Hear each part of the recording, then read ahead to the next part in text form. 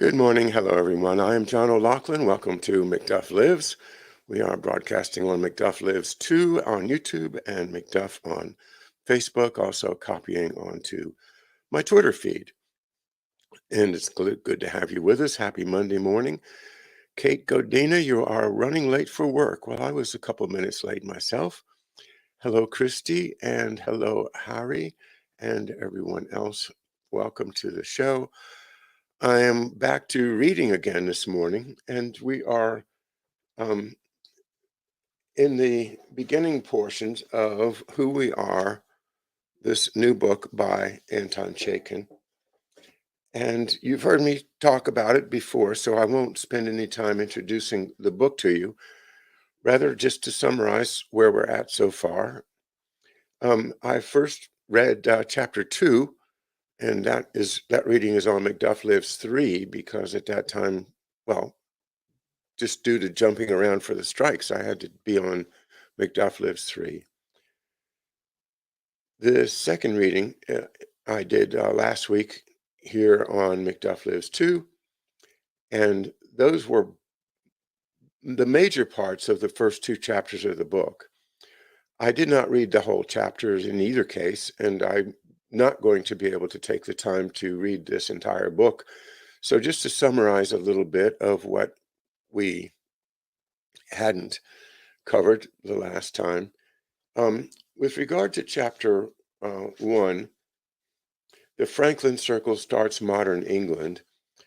That's the theme, is that it is a circle of men around Benjamin Franklin in England in the 1760s that were the force behind the original English Industrial Revolution, and that it was their inventions for the benefit of mankind, that being the power of digging canals to provide transportation, and the power of an organized industry based around coal to provide for the necessities made out of iron. And from there, the book develops Joseph Priestley and his discovery of what we now call oxygen, and how oxygen works to support life. We also had the physics genius, William Small, whose association with my alma mater, William and Mary, is memorialized in the name of the physics building there. He died suddenly on February 25th, 1775, at the age of 41. No one has bothered to assign a cause to his death. Okay. Under circumstances of terror, Small's body was thrown into an unmarked grave. Well, Franklin then leaves under the same circumstances, and a group is formed around Priestley called the Lunar Society, Lunar. And whether that has anything to do with Jules Verne or the later dreams of putting a man in the moon, I don't know. He also makes mention of Josiah Wedgwood, whose participation in that Franklin circle is little known. There's a famous medallion that he produced depicting a black slave with his chains broken and saying, if I recall, "Am I not a brother?" And that is the message that I think is important, is that we are all brothers and sisters, no matter what our color is. The first chapter closes with this observation, I think is very important. With their global purposes in view, a new cast of men took charge of directing British strategy. Subtler methods replaced the failed use of direct armed force to subdue those whose defensive patriotic spirit had been roused, i.e., the Lunar Society. Covert influence aimed to cripple the will of targeted countries. The new manufacturing power was used as a deadly economic weapon. A new, quote, liberal, unquote, philosophy excluded the right to the high living standard that had just become universally possible, unquote. Once again, a new, quote, liberal philosophy excluded the right to the high living standard that had just become universally possible. So now that Franklin and his circle have created this industrial revolution, the forces behind the scenes are taking control of it, and they're going to use it against the very purpose for which it was created, that is the betterment of humanity generally. The second chapter, which was the first one I read, and excuse me for that, but I was just getting ready to go to Ireland at the time, and I thought it timely. The New British Empire and Ireland, in which he interprets the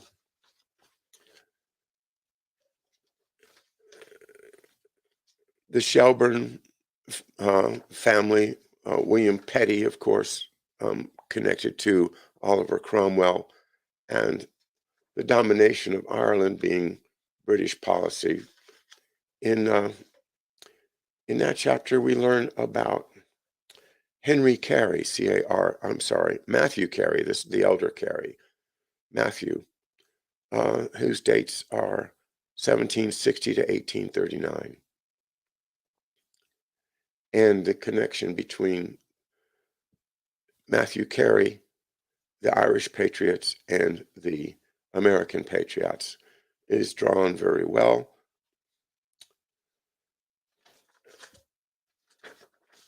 And that brings us to chapter 3, which is where I wanted to read today, because I'm very interested in the scholarship of our author, Anton Chaitkin, as regards Thomas Jefferson. And to me, it explains a lot. So let's get into chapter 3 in just a moment.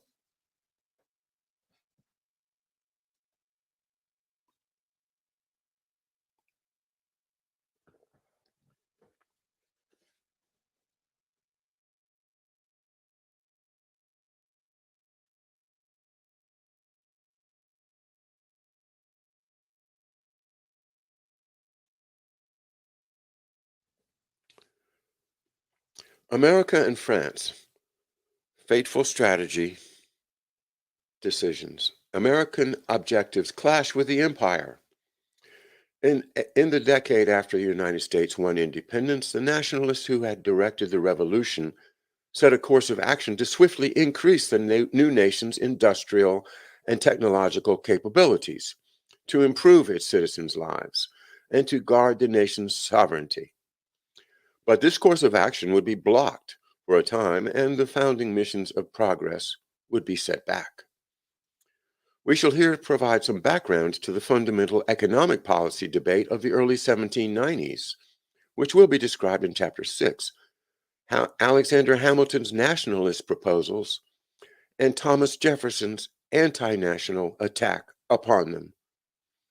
Crucial historical context will be provided by contrasting the purposes of the American founders with those of their British imperial opponents, and seeing how this underlying clash worked its way into the events and leadership decisions of this revolutionary period. The British sought to restrain manufactures in the colonies, quote unquote, as Lord Hillsborough had acknowledged when he told Franklin that, quote, the English were apt to be jealous on that head. We will here briefly step back to the previous century to view this long-standing British policy at work.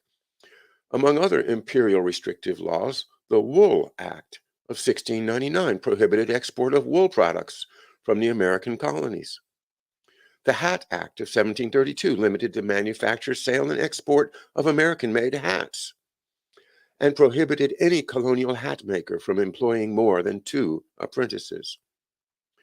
The 1750 Iron Act forbade Americans to build any steelmaking furnace or any factory or machine for slitting, rolling, or hammering of iron, while heavily fining and dismissing any British official allowing such iron or steel manufacture. But simple iron bars could be exported to Britain as raw material for the British to make for the Americans, The tools, nails, farm implements, pots, and other metal products the colonists were forbidden to make for themselves. Benjamin Franklin responded to the Iron Act with his 1751 work, Observations Concerning the Increase of Mankind, warning that, quote, Britain should not too much restrain manufactures in her colonies. A wise and good mother will not do it. To distress is to weaken, and weakening the children weakens the whole family. Franklin confidently forecast that America would expand across the continent and that its population, quote, must at least be doubled every 20 years. It would thus be a lucrative market for British goods, posing no competitive threat to British manufacturing because, quote, labor will never be cheap here. America was permanently a high-wage country. He wrote that those properly called the fathers of their nation included the legislature that makes effectual laws for promoting of trade, increasing employment, improving land by more or better tillage, as well as the man that invents new trades, arts, or manufactures, or new improvements in husbandry, unquote. He declared that, quote, needless manufactures imported and used in a nation diminish the people of the nation that uses them. Laws, therefore, that prevent such importations and, on the contrary, promote the exportation of manufactures to be consumed in foreign countries may be called generative laws, unquote. In this piece, Franklin attacked slavery as an economic disaster that, quote, must diminish the nation, unquote. He showed that, contrary to, quote, ill-grounded opinion, slavery in Britain's North American colonies was actually more expensive than the cheap, skilled labor of Britain. In the 1760s, as friends of Franklin inside Britain pushed forward industrial innovations, the British Empire sought to strangle comparable developments in North America. The Royal Proclamation of 1763 established a line down the Appalachian Mountains and forbade colonists from settling beyond it, despite previous grants of Western land. The Currency Act of 1764 prohibited the colonies from issuing paper money, thus squeezing investment and making payments for trade and taxes more difficult. Other restrictions and notorious taxes soon followed. The Americans' 1776 Declaration of Independence spoke of, quote, a long train of abuses and usurpations, with, quote, a design to reduce them under absolute despotism. And, quote, it is their right, it is their duty to throw off such government and to provide new guards for their future security, unquote.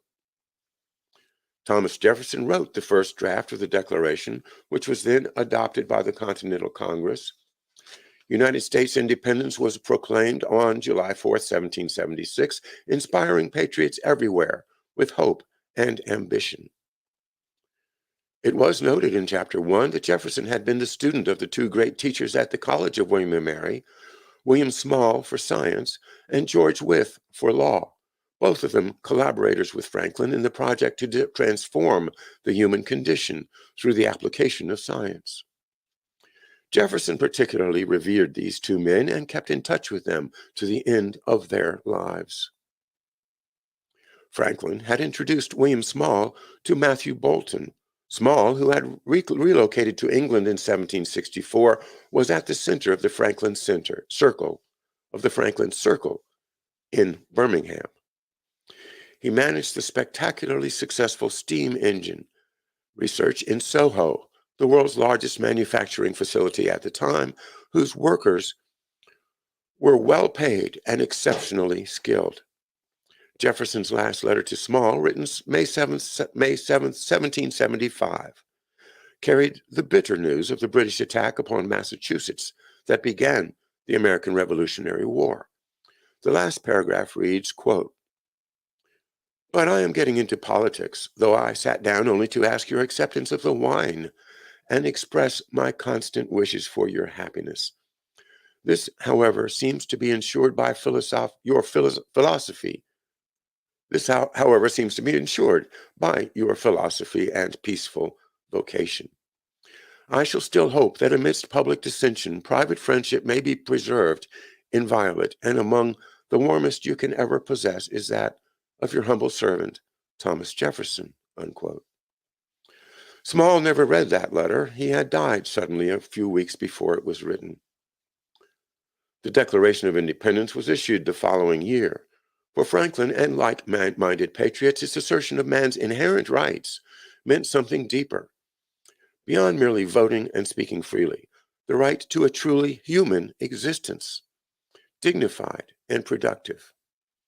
Many years later, Abraham Lincoln, who fought all his life to bring about modern conditions, expressed this sense of the Declaration, quote, "The representatives of American liberty in old Independence Hall said to the whole world of men, we hold these truths to be self-evident, that all men are created equal, that they are endowed by their Creator with certain unalienable rights, that among these are life, liberty, and the pursuit of happiness," unquote. That is Lincoln quoting the Declaration. Lincoln continues, "This was their majestic interpretation of the economy of the universe. This was their lofty and wise and noble understanding of the justice of the Creator to his creatures. Yes, gentlemen, to all his creatures, to the whole great family of men, of man. In their enlightened belief, nothing stamped with the divine image and likeness was sent into the world to be trodden upon and degraded and imbruted by its fellows," unquote. Imbruted, what a good word. Turned into brutes. It's what they're trying to do to us, folks. Turn us into animals. In 1776, the British published an answer to the Declaration of the American Congress. The pamphlet featured a 4-page essay by anti-American writer Jeremy Bentham, mocking the founding document's philosophy, calling it, quote, "theory of government absurd and visionary."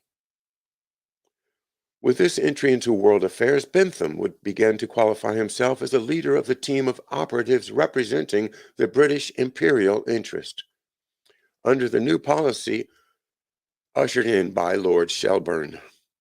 In the Declaration, the Americans had asserted their national right to, quote, "assume among the powers of the earth the separate and equal station to which the laws of nature and of nature's God entitle them," unquote. Bentham denies the existence of any natural or God-given human rights. Quote, "If to what they now demand they were entitled by any law of God, they had only to produce that law, and all controversy was at an end. Instead of this, what do they produce? What they call self-evident truths. All men, they tell us, are created equal. This rarity is a new discovery. Now, for the first time, we learn that a child, at the moment of his birth, has the same quantity of natural power as the parent, the same quantity of political power as the magistrate," unquote. Bentham declares that government must by its nature oppress the governed. Quote, "the rights of life, liberty, and the pursuit of happiness they hold to be unalienable. At the same time, to secure these rights, they are content that government should be instituted. They perceive not that nothing which can be called government ever was or ever could be exercised but at the expense of one or other of those rights," unquote.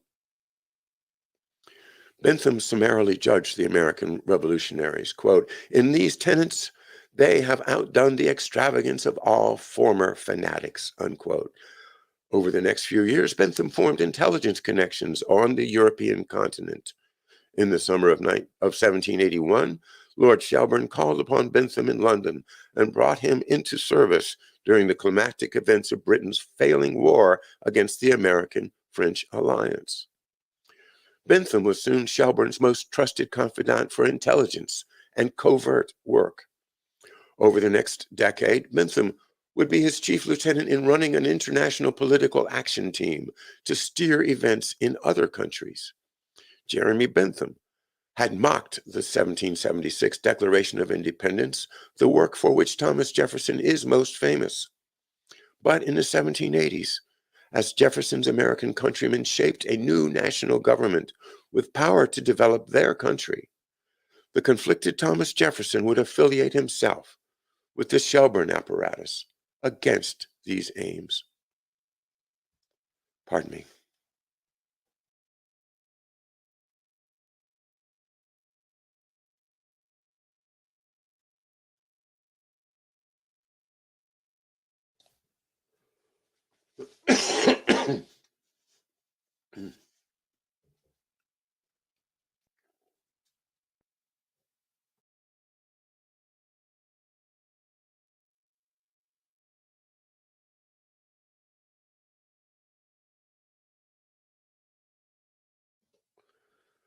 The National Party in the Revolution.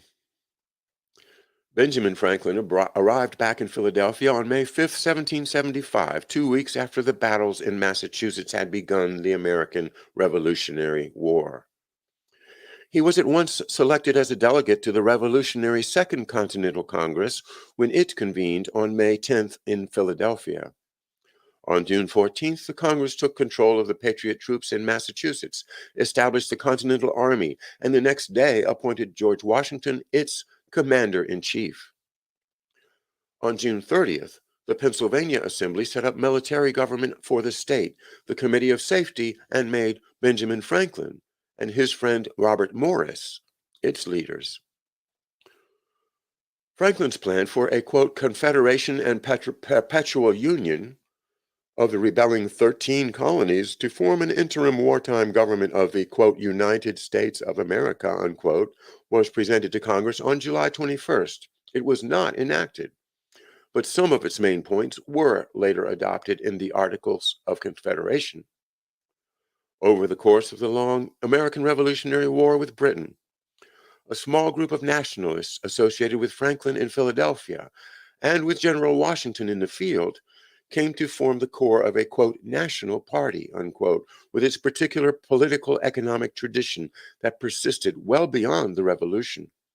It may be said to have brought about the modern world by industrializing the United States and fighting for the industrialization of other countries over the determined opposition of the rulers of the British Empire. We will provide here a brief account of the actions of those pro-national leaders to sustain the revolution prior to the formation of the permanent national government. Late in 1776, as the British Army was advancing toward Philadelphia, the Continental Congress fled to Baltimore, leaving Robert Morris in complete charge of executive government for the 5-month-old United States. Morris chaired the, quote, secret committee of the Congress responsible for procuring arms for the revolution.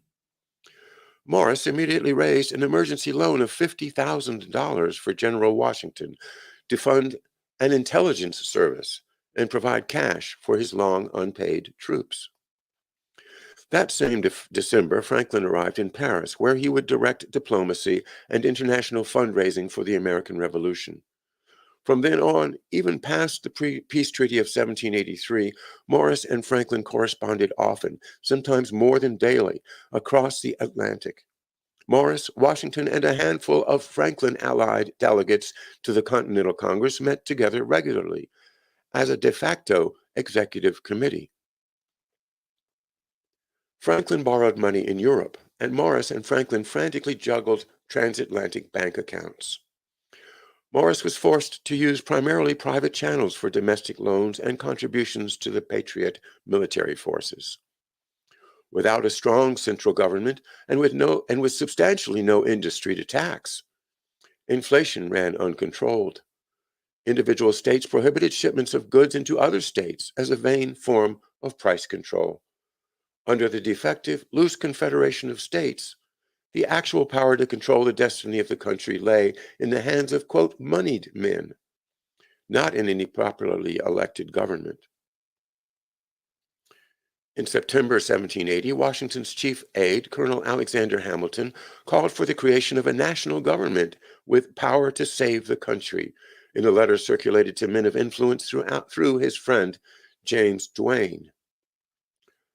Quote, without certain revenue, a government can have no power. That power which holds the purse strings absolutely must rule, unquote. Under the present vulnerable system, Hamilton said, quote, the moneyed men have not an immediate interest to uphold public credit. They may even in many ways find it in their interest to undermine it. Hamilton's proposal of an official Department of Finance with Robert Morris as the financier was adopted by Congress. On May 17, 1781, in his first official act as Superintendent of Finance, Morris proposed that Congress should charter a national bank, which Morris, Hamilton, and legal scholar James Wilson had worked out together in the preceding months, and which was already functioning in a makeshift fashion. Congress authorized the Bank of North America to take deposits, issue legitimate banknotes, and loan funds to the government.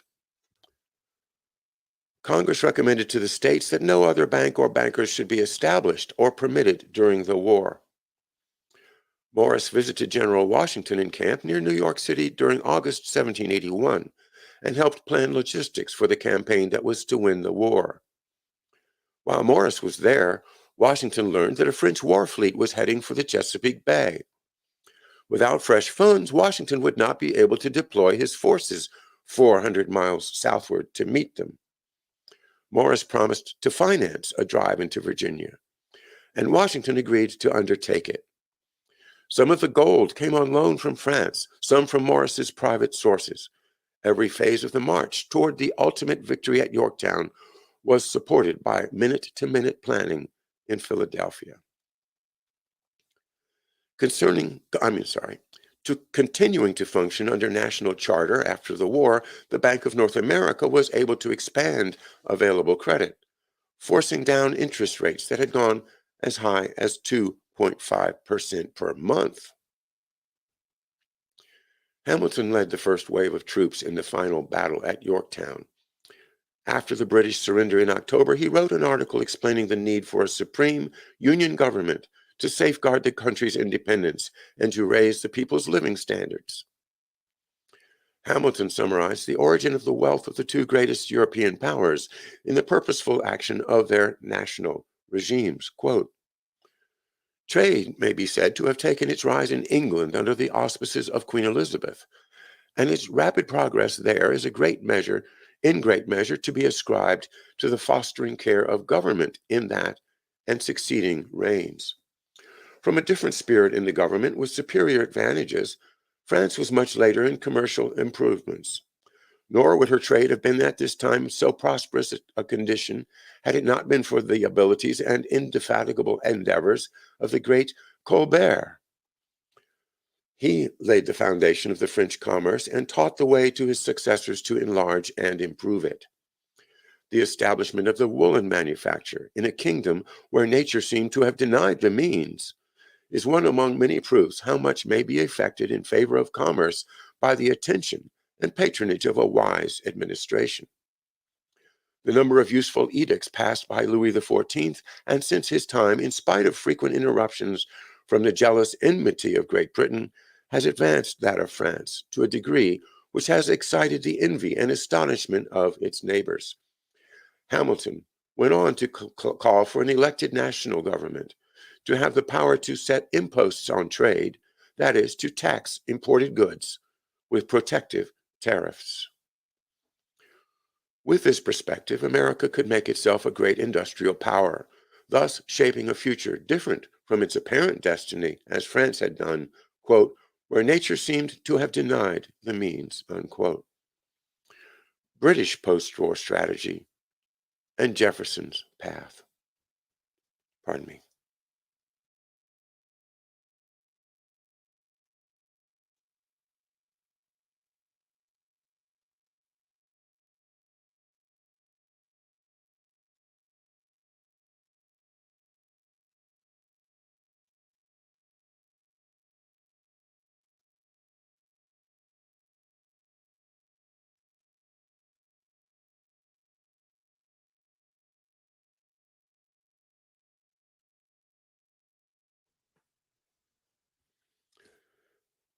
In 1783, Lord Shelburne's commissioners negotiated a peace agreement, the Treaty of Paris, formally recognizing the United States, But the British continued pressing a trade war against the new nation, which they had started as soon as General Cornwallis surrendered in 1781. They flooded America with cheap manufactured goods, undercutting American-made products. Meanwhile, imports into Britain were restricted, and British law prohibited U.S. trade with the empire's Caribbean slave, quote, sugar colonies, unquote. Ruined American production shops closed down. Individual states could not pay off the heavy debts they had incurred to fund the war effort. The Revolutionary War currency depreciated. The resulting inflation made necessary goods unavailable to unemployed workers, who joined mobs protesting their desperate condition.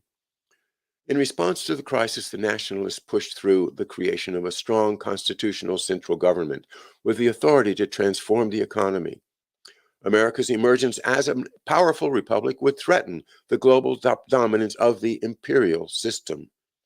A spreading new system of friendly sovereign republics might sweep away immense private fortunes gained from slavery, perpetual wars, foreign plunder, and financial speculation. British strategy for post-colonial America must be understood in the context of America's alliance with France. The French were working out crucial participation in the American economy, particularly the development of the western frontier, their investments being arranged through Franklin, Hamilton, Robert Morris, James Wilson, and their associates. The British aimed to break up the French-American alliance and to disrupt the consolidation of either country's power as a stable, sovereign republic. East India Company Director Francis Baring wrote bluntly to Lord Shelburne, quote, "The two great objects for this country are to check the Americans in their circuitous voyages and to prevent their interference with the fisheries.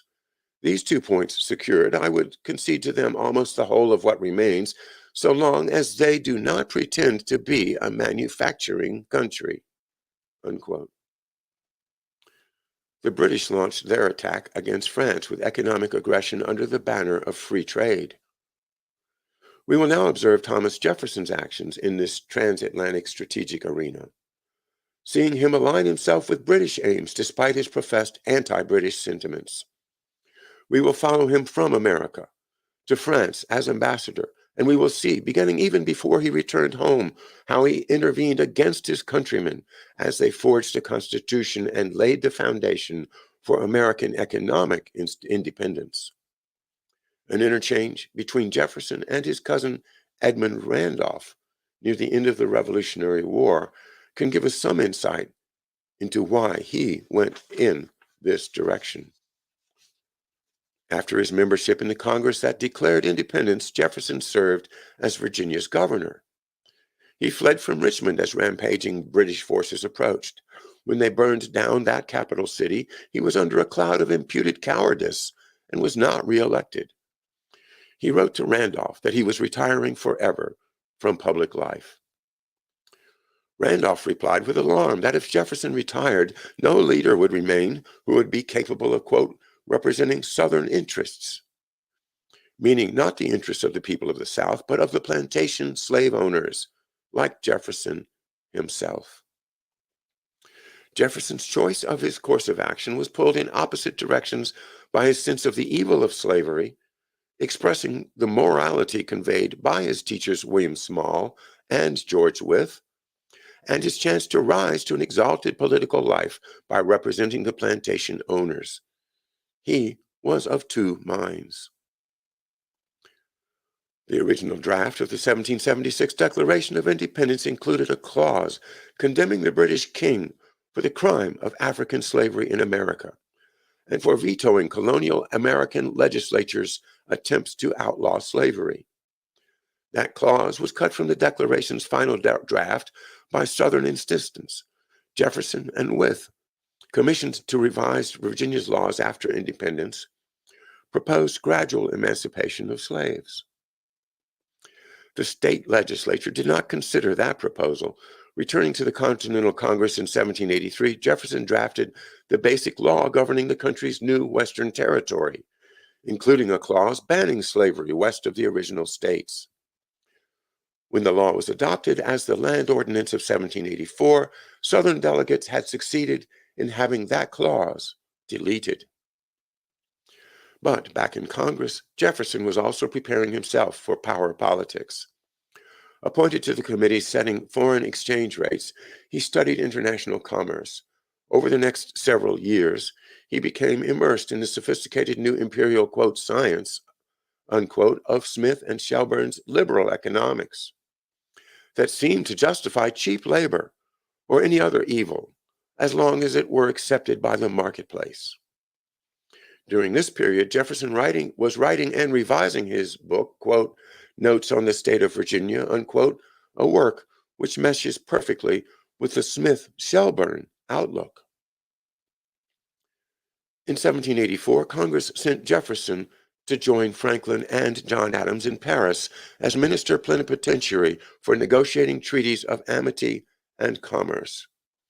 In 1785, he succeeded Franklin as minister to France. Excuse me once again.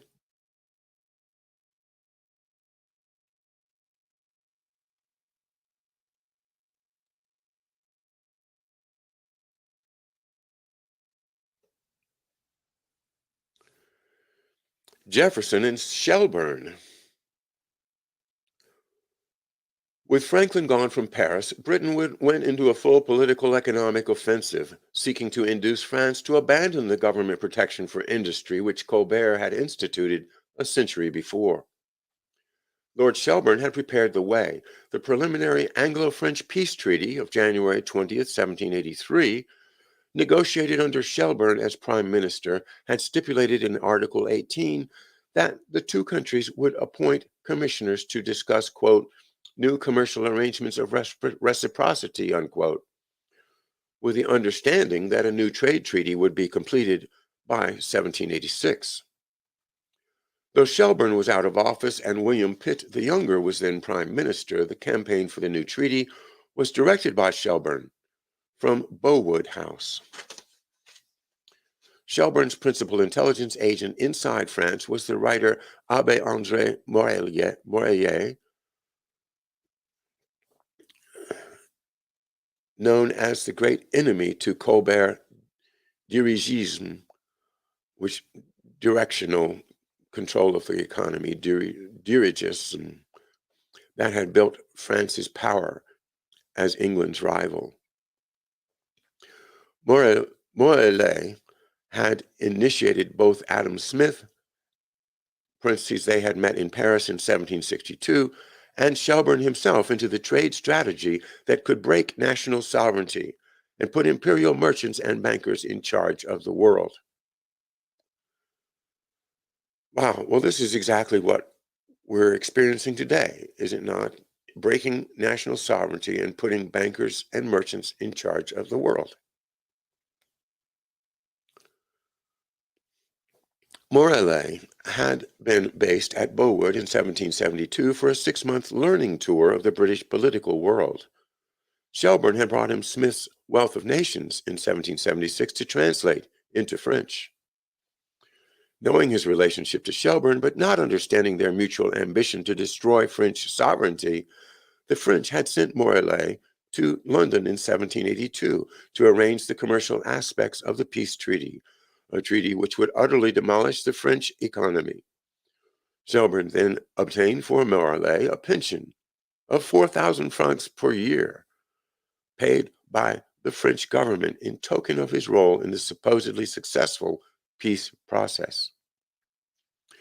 Shelburne also employed a set of political and intelligence agents from the French-speaking city of Geneva, Switzerland, whom he had been cultivating for British operations since the 1760s. As a faction, they were associated with mercantile and banking families which had long ruled and shaped Geneva into a center of European intrigue on the model of the oligarchy of Venice. In the 1780s, they were arrayed as writers, translators, lobbyists, and spies in the promotion of free trade and the disruption of nationalist resistance to the imperial order. One of these Genevans, Jacques Mallet Dupin, who called Adam Smith, quote, the most profound and philosophic of all the metaphysical writers, unquote, went into action, lobbying Louis XVI to agree to the proposed British treaty.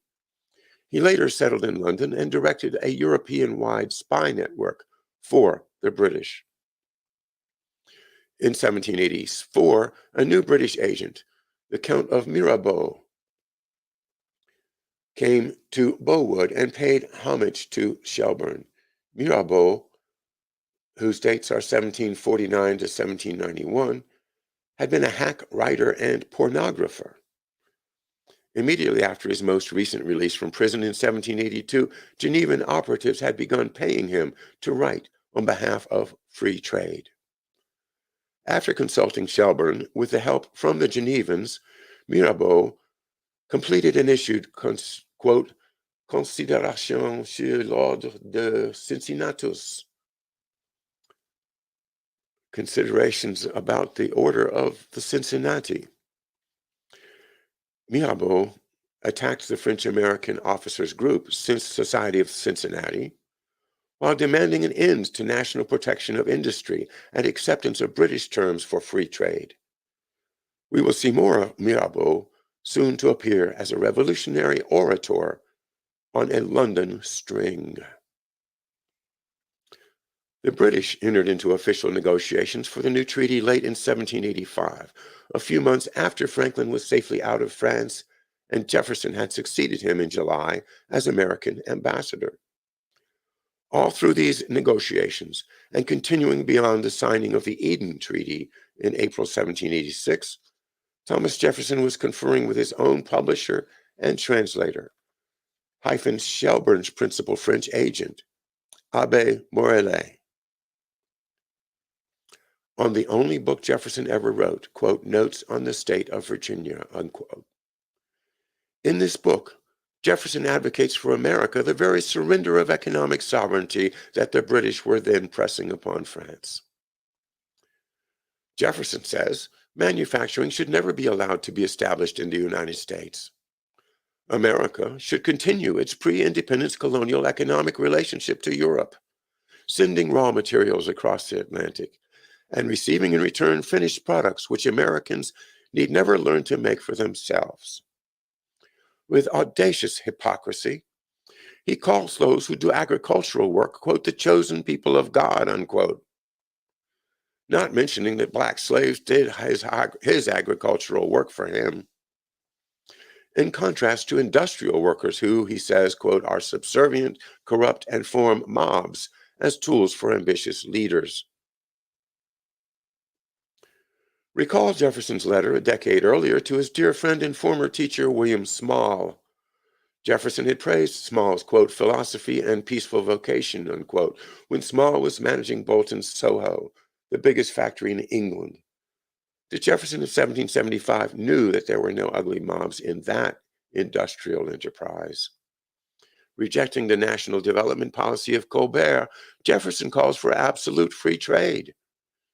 Momentarily dropping his agriculturalists are God's chosen people rhetoric, he argues that the slave system will double in value every 20 years. During 1786 and early 1787, as the Eden Treaty went into effect with nightmare results for the country in which he was the American ambassador, Jefferson arranged with London publisher John Stockdale to issue his book in an English-language edition. He aimed to have it circulated in Philadelphia and other centers of American decision-making to counter the nationalists who were just then working to create a strong central government. The Eden Treaty was an economic and political catastrophe for France. The British negotiators had won substantially all their demands for the French to drop their protective tariffs, while the French had won nothing of importance besides admittance of French wines that were not popular in Britain. Importation of French silk products was still prohibited. Cheap manufactured goods immediately poured eastward across the English Channel, undercutting and ruining French textile, steel, pottery, and leather producers. Gold poured back across to London in payment. A crisis of unemployment and sharply lower wages increasingly destabilized France over the next 3 years. The Eden Treaty was to be the leading outrage cited in the lists of grievances that were submitted by the people to the Estates General convened in 1789. The quote, grievances of the city of Paris, for instance, contained the demand that the treaty should be submitted to the States General because of the revolutionary changes it had involved and the vigorous protests it had evoked from all parts of the country. Public opinion was unanimous in attributing the severe industrial crisis of 1788 to the Eden Treaty, which was called the death warrant of French industry.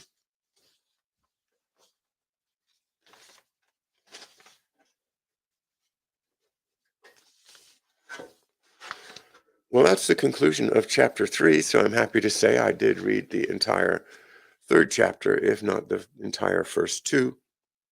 I recommend you get a copy of this book for yourselves because, even though you can probably get it on the internet today, you never know when the internet's just going to get disappeared on us. It's all digital. It's in their complete control. And, that's why I'm building the library, the Thomas F. O'Loughlin Jr. Memorial Library, which continues to build at a pace of at least 3 or 4 books a month. I do that with the help of the Patreon, which I have just received from you all, and I do gratefully appreciate it. Thank you. And I will continue with the struggle to understand the economic side of our troubles, the reasons why we can't all just be happy sovereign nations in a world community and practice the golden rule, and then try to reveal and overturn the tentacles of this horrible imperial deep state that is trying to take over the whole human race.